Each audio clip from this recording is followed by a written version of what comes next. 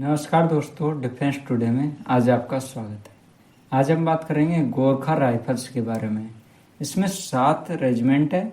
इसमें से 7 रेजिमेंट में हर एक में कई बटालियनें मौजूद है। तो गोरखाओं का नाम सुनते ही इतिहास में निर्भीकता, साहस हमारे अंदर एक अपने आप आ जाता है कि कैसे इन्होंने बहुत सारे ऑपरेशनों में भाग लिया और बहुत सारे पदक इन्होंने जीते हैं।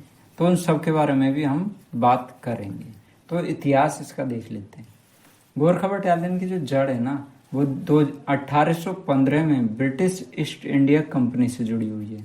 अब हुआ क्या था कि ब्रिटेन ने जाते समय भारत के साथ एक समझौता किया था। इससे जो है भारत की सेना में 6 गोरखा रेजिमेंट भारत में शामिल हो गई।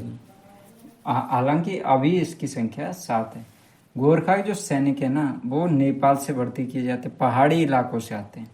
मतलब पहाड़ी और ऐसे इलाके जो टेरेन वाले इलाके ना, उस वाले इलाके से आते हैं।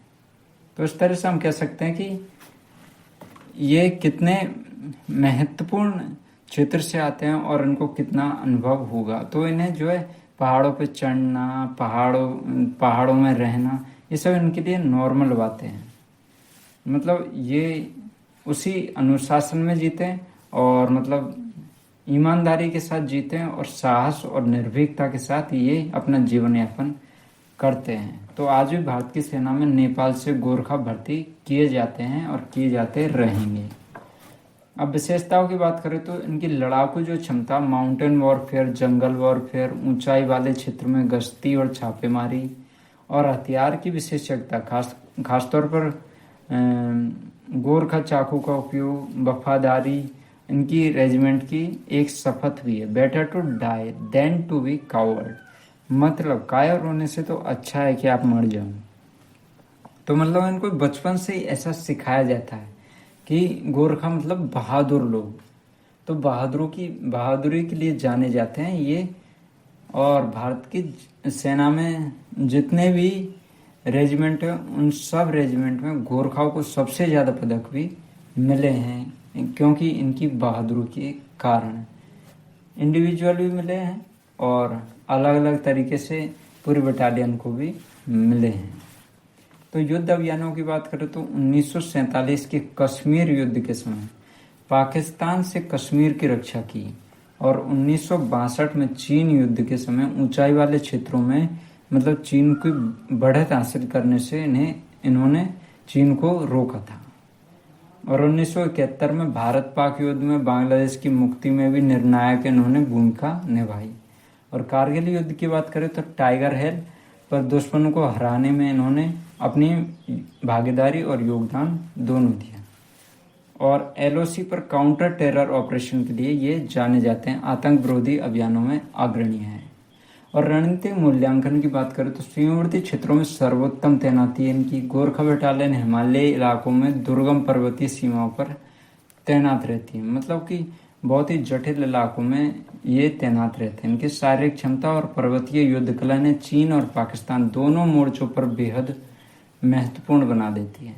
और मनोवैज्ञानिक प्रभाव की बात करें तो गोरखाओं का नाम सुनते ही दुश्मन पे जो है मनोवैज्ञानिक दबाव बनता है और उनकी एक छवि जो है निर्भीक योद्धा की है। इसीलिए ये अपनी निर्भीकता के लिए जाने जाते हैं।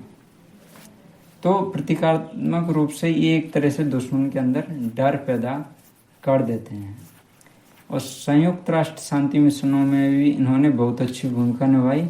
और भी मतलब इनकी जो रेजिमेंट है वो अपनी एकता के लिए भी जानी जाती है।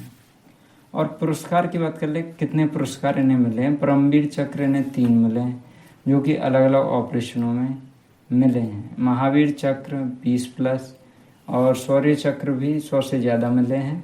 और यूनिट गैलेट्री अवार्ड भी इन्हें बहुत सारे मिले हैं। तो इस तरह से हम कह सकते हैं कि भारत के जो गोरखा है वो भारत की सेना की एक तरह से आत्मा के प्रतीक हैं। मतलब कि ये बहादुरी के ही प्रतीक नहीं है, अनुशासन भी इनमें उतना ही है, बलिदान का भी ये एक अच्छा उदाहरण है।